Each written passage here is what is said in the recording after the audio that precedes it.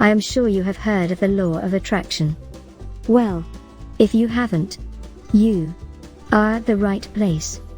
The question now is, what is the law of attraction? The law of attraction is the belief that anyone can determine their destiny through the power of their minds. It is believed that the universe is governed by a set of universal laws. These laws cannot be changed or broken, and they apply to every individual, regardless of race, age, or nationality. According to Joseph Murphy, the law of attraction attracts to you everything you need, according to the nature of your thoughts. Your environment and financial condition are the perfect reflection of your habitual thinking. Are you aware that the concept of karma draws its roots from the law of attraction? Karma states that you will eventually be revisited by that which you have sent out into the universe. If you have practiced kindness and compassion, you will receive in kind. If you have been deliberately cruel to another, you will receive back into your life that cruelty which you have sent out. Your actions and thoughts morph into physical entities, causing the universe to react in kind. The theory behind the law of attraction is the belief that energy attracts like energy in the vast expanse of space and time that comprises our universe. Each person's being is constantly radiating energy out into space. The type of energy being radiated is determined by the emotional state of the individual in question. This may differ from day to day, sometimes even hour to hour. This emotional energy is what is commonly known as a vibe. Chances are that you're familiar with the term. Have you ever been with someone who is so happy they seem to be radiating a glow which inspires happiness in all those around them? In contrast, have you ever spent time with someone who was so critical and unhappy that they consistently gave off a negative vibe which seemed to suck the life and happiness out of all those around them? You don't have to possess psychic powers to be able to feel the vibes that people emit. This energy is very real on a psychological plane and will affect anyone, anywhere at any time. Our vibrations are usually an unconscious response to some form of environmental stimulus. Something has happened which has caused us to feel happy, or sad, or scared, or confused, or stressed. Our subconscious response to, however, is something that is beyond our control. Chances are the person who is emitting a negative vibe doesn't choose to be unhappy, nor do they wish to inflict their unhappiness on all those around them by the simple fact of their presence. There are many feelings which lead to positive and negative vibes being emitted, and it is important before we continue any form of discussion about the law of attraction that you understand what each of these are. Positive vibes, the ones generated from good feelings, such as joy, love, excitement, abundance, pride, comfort, confidence, affection. Negative vibes, the ones generated from negative feelings, such as disappointment, loneliness, lack, sadness, confusion, stress, anger, hurt. This means that if a person is emitting positive vibes, they will draw good things to them. And if they are emitting negative vibes, they will draw bad things to them. You are a living magnet, attracting what you want. You have seen this principle in practice before. Have you ever known someone who was always upbeat and positive and seemed to be too lucky to be true?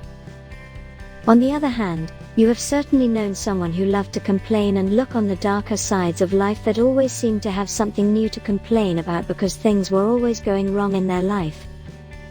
These examples show people attracting the results of the energy they are giving off. Does this mean that all the bad things that happen to you in this life are because you subconsciously wanted them to? The answer is no. Not everything bad that happens in your life is a result of you subconsciously wishing for it to happen. Sometimes it is a result of someone else wishing for it to happen. To quote an example from a website pertaining to the law of attraction, a child or a spouse who is abused isn't abused because they wished for this abuse to happen. This abuse happened because the abuser allowed their negative thoughts concerning their child or spouse to creep across their subconscious until they eventually began to dictate their actions. The mind is a powerful thing. Where the mind goes, the feet will soon follow. The foundation of any success you're going to encounter in life isn't the ability of your physical body to overcome the obstacles but of your mind to believe that a way lies around them. Where there's a will, there's a way. Where your mind can believe that there is a way for the body to achieve its heart's desire, a way does exist. The first step in finding success through the law of attraction is to accept responsibility for the things that have occurred in your life, both good and bad. It's very hard to take the responsibility and acknowledge the fact that your environment was not the major contributing factor in each of these events. In many cases, you will have no one to blame but yourself. To help yourself move past these events, take a moment and write down on a piece of paper all of the major events in your life. Leave plenty of room underneath each one. Now, take a moment to go back and review these events. Write down what you were feeling at the time they happened, how you felt before they happened, and what events had occurred prior to this. Chances are you're going to find that events occurring in your favor occurred at times when you were possessed of a positive attitude and other things in your life were going right. Identify the things you wish to achieve and write them down. Display them in a prominent place. Constantly being able to view the anticipated results of your endeavors will help to keep you on the right track. With the creation of this list, you are asking the universe for what you want. Take the time to think on this for a while so that it is embedded firmly in your mind, and keep your goals specific. Making a goal too big or too general is an almost certain guarantee that you will not be able to achieve it because you will be too busy worrying about how you're going to achieve it. Raise your vibrations so that they are all positive. Act and feel as though you are confident that the result you are hoping for is going to occur. This is an essential part of the law of attraction because it is very easy to allow your mind to begin to wander to all the difficulties which you may encounter when trying to achieve your goals. This will cause your vibrations to become negative and will work against you rather than for you. Accept that it can happen. Many times, your subconscious is your own stumbling block. You will be attempting to convince your conscious mind that something can happen while at the same time your subconscious is picking out the reasons that it will never work. To help yourself overcome this stumbling block and have absolute faith in the fact that you will be able to effect this change in your life, you should look again at the sheet of paper upon which you have written your goals and attempt to write them in terms that will help your mind and body accept them as fact. Gratitude or appreciation of what we already have is necessary to attract things we want. Every day when you wake up, try to be thankful. Think about the good things in your life you should be thankful for. Appreciate your job. Feel gratitude for a place to live. If you have some food, some friends or anything else you can find to appreciate it. A lot of people don't have enough, even basic things like food, water and their own place to live. It's natural that you want more, that you want to improve your standard of life, but first you need to feel gratitude for what you already have. If you start your day with feelings of gratitude, you will feel good and you can keep that feeling all day. But you should also write down something like this: I am so happy and grateful that.